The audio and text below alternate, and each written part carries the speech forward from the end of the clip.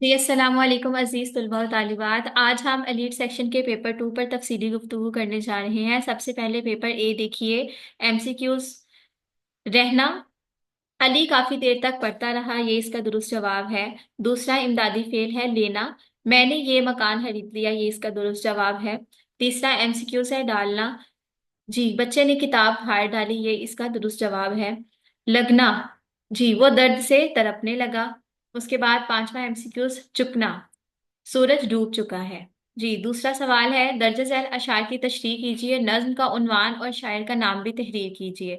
جی بیٹا، آپ نے یہاں پر اس چیز کا دھیان رکھنا ہے کہ آپ کے نظم کے عنوان کے 1 نمبر ہے، شاعر کا نام کا 1 نمبر ہے، اس کے بعد دونوں اشعار کی تشریح کے 4 4 نمبر ہے، یوں ملا کر آپ کے یہ 10 نمبر بنتے ہیں۔ سب سے پہلے پیٹرن دیکھیے کہ آپ نے اس سوال کو لکھنا کیسے ہے۔ تو آپ نے سب سے پہلے سوال نمبر 2 جو کہ بورڈ کے مطابق ہے، آپ نے وہی لکھنا ہے۔ بریکٹ میں آپ لوگ لکھیے نظم کی تشریح، نظم کا عنوان لکھیے، 1 مرتبہ ہی لکھنا ہے، بار بار نہیں لکھنا۔ اسلامی مساوات ہے، اور شاعر کا نام یہاں مولانا الطاف حسین حالی ہے۔ جی شعر نمبر 1 لکھیے، آپ نظم کے اشعار کی تشریح ایک ساتھ بھی کر سکتے ہیں۔ جی مفہوم یہاں 2 سطور میں آپ نے، چونکہ آپ اگر دونوں اشعار کی تشریح ایک ساتھ کرنے لگے ہیں تو مفہوم آپ کا یہ 4 سطور میں بن جائے گا، اور آپ کے یہ اشعار کی تشریح اگر تو آپ ایک ساتھ کر رہے ہیں تو پھر آپ کے 2 سے 3 صفحات بن جائیں گے۔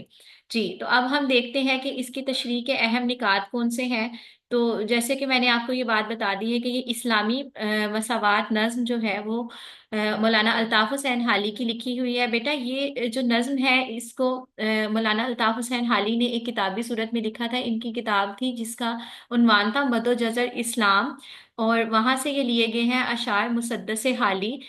مسدس حالی کے اشعار کی تعداد 2800 اشعار پر مشتمل ہے، یہ اردو کی طویل ترین نظموں میں سے ایک ہے۔ یہ آپ نے تشریح میں بنیادی باتیں لازمی لکھنی ہیں، اس کے بعد آپ تشریح کی طرف آئیں گے اور بتائیں گے، چونکہ یہ والا پیراگراف آخری ہے تشریح کا، تو آپ نے اس میں کچھ اہم پوائنٹس پر تفصیلی گفتگو کرنی ہے، جیسے کہ یہ پہلا سبق تھا کتاب ہدا کا، یعنی کہ اللہ تعالیٰ کی ہدایت کی کتاب کا پہلا سبق ہی یہی ہے کہ تمام مخلوق جو ہے وہ اللہ کا کنبہ ہے۔ یہ ایک حدیث کا مفہوم بھی ہے کہ اللہ تعالیٰ کو اب سب سے زیادہ شخص وہی محبوب ہے جو کہ اس کی مخلوق کو اپنے ساتھ اس سے حسن سلوک کرتا ہے یا اپنے ساتھ رکھتا ہے۔ تو آپ نے سب سے پہلے بتانا ہے کہ یہ شعر بھی قرآن پاک کی ایک آیت کا مفہوم بھی ہے اور حدیث کا مفہوم بھی ہے۔ قرآن پاک کی آیت یہ ہے کہ تمام مسلمان آپس میں بھائی بھائی ہیں، اور حدیث جو کہ میں آپ کو بیان کر چکی ہوں۔ جی تو آپ نے یہاں لازمی طور پر یہ بتانا ہے کہ اس پوری نظم میں خاص طور پر انہوں نے مساوات اور بھائی چارے کی تعلیم دی ہے، انسانیت کی وحدت بتائی ہے کہ ساری مخلوق جو ہے نا وہ اللہ کا ہی کنبہ ہے، سب لوگ حضرت آدم علیہ السلام کی اولاد ہے، اور کوئی بھی رنگ نسل یا کسی بھی حیثیت سے کسی سے فوقیت نہیں رکھتا۔ اور آپ بعد میں بتائیں بیٹا کہ محبت اور اصل تعلق جو انسان کا ہے نا وہ اللہ سے محبت کا ہی ہے۔ جو شخص اللہ سے محبت کرتا ہے نا اس کے لیے ضروری ہے کہ وہ اس کی مخلوق سے بھی اتنی ہی محبت کرے۔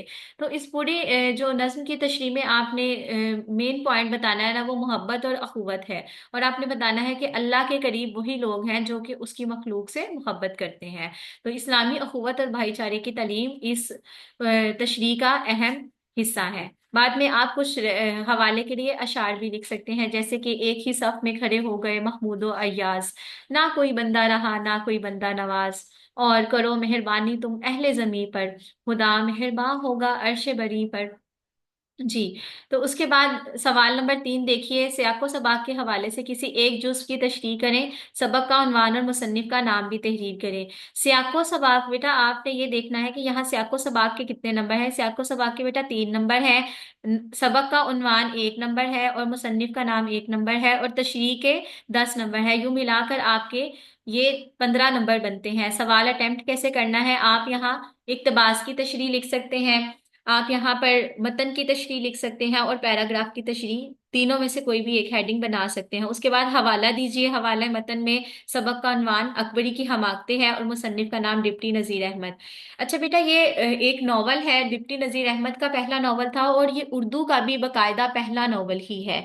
और इस नॉवल के बारे में आप सबसे पहले बताया कि इस नॉवल में उन्होंने दो बहनों की कहानी बयान की है और हमारे सबक में उन्होंने अकबरी की कुछ हमाकतों के हवाले से बताया है। अकबरी जो कि बहुत ही बदसलीका थी और उसके पास इल्म नहीं था, शऊर नहीं था, तो तालीम और तरबियत की कमी की वजह से उस पर जो असरात आते हैं कि गलत परवरिश थी, कि नानी के लाड प्यार ने उसे बहुत ज्यादा बिगाड़ दिया था, तो जिसकी वजह से हद से ज्यादा नरमी से वो बद सलीका हो चुकी थी और उसके पास ना तो हुनर था ना ही कोई सलीका था। तो आप यहाँ ये चीजें बताएं कि उसने कभी भी अपनी तरबियत करने के बारे में सोचा ही ना, ना ही उसने कभी खुद अपने इस्लाह के बारे में सोचा। तो यूं खानादारी में भी उसे नाकामी हुई, यानी कि घर संभालने का सलीका भी उसके पास मौजूद नहीं था।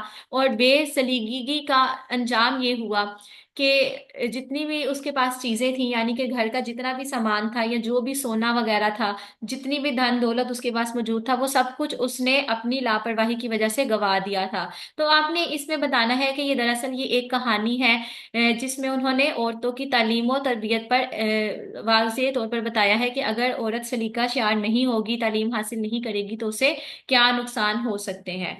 ठीक है। और आपने यहाँ पर कुछ हवाले के लिए अशार भी ऐड कर सकते हैं, कुछ रेफरेंस के लिए कोटेशंस भी शामिल कर सकते हैं। जैसे कि मैंने यहाँ शेख सादी की एक कोटेशन लिखी है कि माँ बाप की मोहब्बत बच्चों के लिए लाजिम है मगर इसमें एतदाल हो, वरना वो बिगड़ जाते हैं।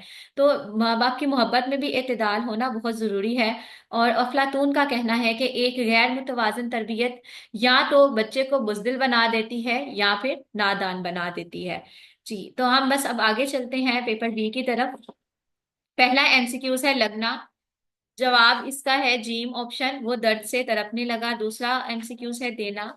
इसका दुरुस्त जवाब है दाल ऑप्शन, उसने मुझे महफिल से उठा दिया। आखिर में दोनों फेल इस्तेमाल हुए हैं, यानी एक फेल है तभी उसके साथ दूसरा इमदादी फेल भी इस्तेमाल हुआ है। तो जब भी आप इमदादी फेल में ऑप्शन ढूंढ रहे होंगे तो बेटा आप ये लाजमी देखिएगा कि अगर एक फेल होगा तभी इमदादी फेल होगा, जब फेल ही नहीं है तो इमदादी फेल का मकसद भी नहीं बनता। तो जब दो फेल साथ में मौजूद हो तभी आपका ये दुरुस्त जवाब बन सकेगा। इसी तरह पढ़ना, सारा सामान बिखरा पड़ा है। रखना, तुमने रकम कहाँ छुपा रखी है। जी, तो ये दो फेल छुपा और रखी मौजूद है। आना, अकरम को स्कूल छोड़ आओ। जी, ये भी दो फेल मौजूद है इस जुमले में, इसलिए बे ऑप्शन इसका दुरुस्त है। जी, दर्ज झैल अशार की तशरीह की तरफ आ जाइए। जी, किसी कौम का जब उलटता है दफ्तर तो होते हैं मसा इनमें पहले तवंगर, कमाल उनमें रहते हैं बाकी न जौहर, न अक्ल उनकी हादी न दी उनका रहबर। जी, दोबारा से ये अशार भी इस्लामी मसावात के ही हैं, मौलाना अल्ताफ हुसैन की नज्म से ही लिए गए हैं। जी, तो बेटा आप तशरीह का सारा पैटर्न देख लीजिए कि कैसे करनी है। उसके बाद हम इसके अहम निकात की तरफ आते हैं कि आपने जब इस शेर की तशरीह करनी है, इस बंद के आपने कौन से अहम पॉइंट्स हैं जिन पर तफसीली गुफ्तगू करनी है। सबसे पहले तो खुद ही बता रहे हैं ना कि किसी कौम का जब उलटता है दफ्तर, यानी जब कोई कौम जवाल पजीर होती है ना, तो उसकी वजह क्या है कि कोई भी कौम क्यों जवाल पजीर होती है, उसके जवाल की हकीकत क्या है। तो हर दफा तारीख में लिखा गया है कि जब भी कोई कौम जवाल पजीर होती है तो उसका आगाज जो है ना वो अमीरों की सोहबत से आता है, कि जो बाअसर और अमीर अफराद हैं वो अखलाकी और फिक्री तौर पर बिगड़ जाते हैं। तो अखलाकी और फिक्री बुराइयां हैं जो कि हमारे माशरे को जब जकड़ लेती हैं तो माशरा जवाल पजीर हो जाता है। तो इल्म इल्म और इल्म हिकमत का खात्मा हो जाता है। जिस कौम में इल्म नहीं है वहां पे हिकमत और दनाई की बातें जब ना हो, इल्म की रोशनी जब बुझने लगे, तो अफरादी कुव्वत खत्म हो जाती है और अफराद जो है फिक्री और इखलाकी इन्हितात का शिकार होना शुरू हो जाते हैं। और दीन से दूरी और गुमराही इसकी सबसे बड़ी वजह है। किसी भी कौम के बिगड़ने की एक और सबसे बड़ी वजह यही बताई है कि उनमें बासलाहियत और नेक लोगों की वजह से दुनिया तो कायम रहती है, लेकिन जब इस दुनिया से वही लोग खत्म हो जाए तो कौम बेसमत हो जाती है। यानी कि जिस कौम का कोई हीरो ही ऐसा ना हो कि जिसे फॉलो किया जाए, तो फिर बेटा वो कौम खुद ब खुद ही जो है वो जवाल का शिकार हो जाती है। तो आपने ये सारे पॉइंट्स बताने हैं और उसके बाद कोई रेफरेंस के लिए अशार ऐड कर लीजिए, जैसे गवा दी हमने जो असलाफ से मिरास पाई थी, सुरैया से जमी पर आसमान ने हमको दे मारा। और एक शेर आप लोग लाजमी इसमें ऐड कीजिएगा कि जिनके आंगन में अमीरी का शजर लगता है, उनका हर ऐब जमाने को हुनर लगता है। जी, तो आप दूसरे सवाल की तरफ आते हैं। सवाल नंबर 3 यहाँ लिखा हुआ है, सियाको सबाक के हवाले से किसी एक जुज की तशरीह कीजिए। तो ये दोबारा से बेटा ये पैराग्राफ अकबरी की हमाकतों में से ही लिया गया है, इसलिए हम जो पहले मैं गुफ्तगू कर चुकी हूँ आप लोग वो इसमें शामिल कीजिए कि ये नॉवल पहला नॉवल है और इसमें कौन सी कहानी बयान की गई है। इस पैराग्राफ की तशरीह में आपने जो बात बतानी है, यहाँ तमा ऐसी चीज है कि बड़ा सियाना आदमी भी धोखा खा जाता है। जी, तमा की बात की गई है, लालच की बात की गई है। जब इंसान में लालच भर जाती है ना बेटा, तो फिर वो लालच उसकी आंखों को अंधा कर देती है और अक्लमंद इंसान भी लालच के फरेब में आ जाता है। तो आप मिसाल के जरिए बताइए कि यहाँ पर भी उन्होंने बहुत सारे परिंदों की और फितरी तौर पर इंसानों की बातें बताई हैं कि किस तरह से इंसान जो है वो लालच में आकर तो अपने आप को नुकसान पहुंचाता है। और मोहम्मद आकिल जो कि वैसे तो बहुत अक्लमंद था, लेकिन वो भी लालच में आकर तो अपना सब कुछ गवा बैठता है।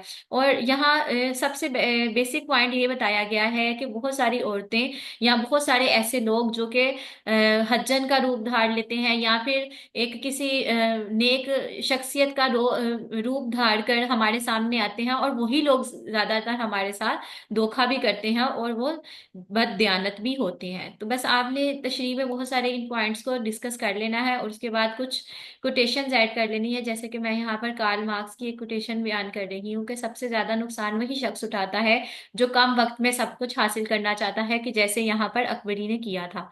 तो बेटा उम्मीद है कि आपको समझ आ गई होगी कि इस सवाल में आपने तशरीह किस तरह से करनी है और किन पॉइंट्स को मद्देनजर रखना है। उम्मीद है कि आपको अपनी गलतियों का अजाला हो चुका होगा। और बेटा अपना बहुत सारा ख्याल रखिए। अब तक के लिए अल्लाह हाफिज।